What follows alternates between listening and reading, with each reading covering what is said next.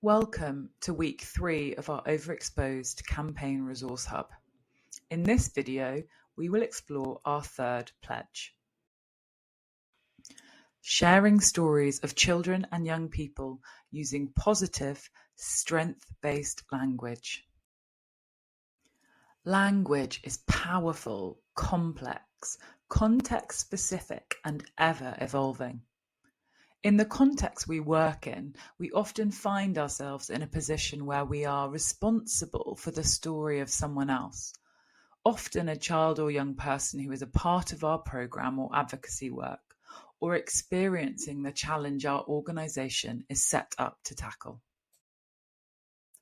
The way we talk about an issue or a person and the way we refer to them significantly influences the images, attitudes, and narrative we create.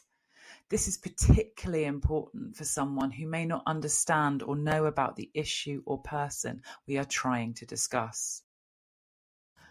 The pull to communicate succinctly and to a variety of audiences often results in an intentional, often reductive oversimplification of issues and contexts that we know are complex and nuanced.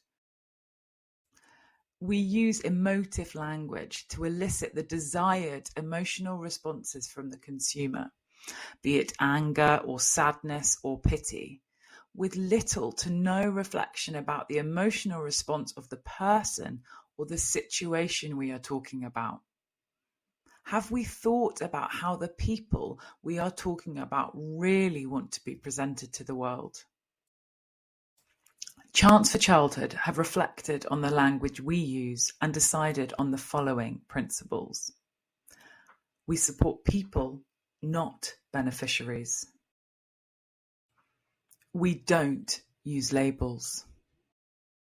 We don't define a child by their situation. We believe that every child has the right to be heard. We don't view the communities we work with as other. Perhaps a good place to start on your journey to positive language is to create your own set of principles. It's important we consider how can we advocate for children and young people as experts in their own lives, as active agents of change, and as rights holders who deserve a say in how their story is told, whilst on a different page of our website, we fall back into emphasizing their victimhood for donations.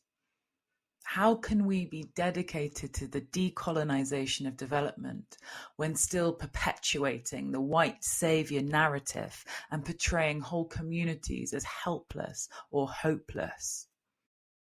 Using positive and strength-based language is part of a commitment to the responsible and rights-based portrayal of children and young people and the communities that they live in. It is an active lean in to the complexity of the context we work in and centered around respect for the dignity of children and young people. This is not about allowing children to input into a vision, but centering the visions, voices, and actual lived experience of children in the first place.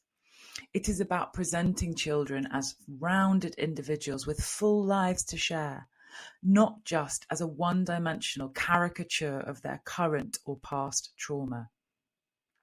Even when using positive strength-based language, organizations have already proved that we can still go much further.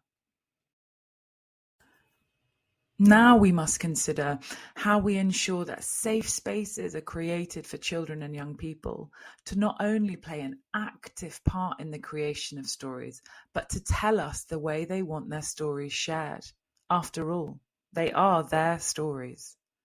How do we ensure that what they want the world to know about them and their lives is shared? And how do we make this work, even if it doesn't fit into the narrative that we have created in our comms strategy?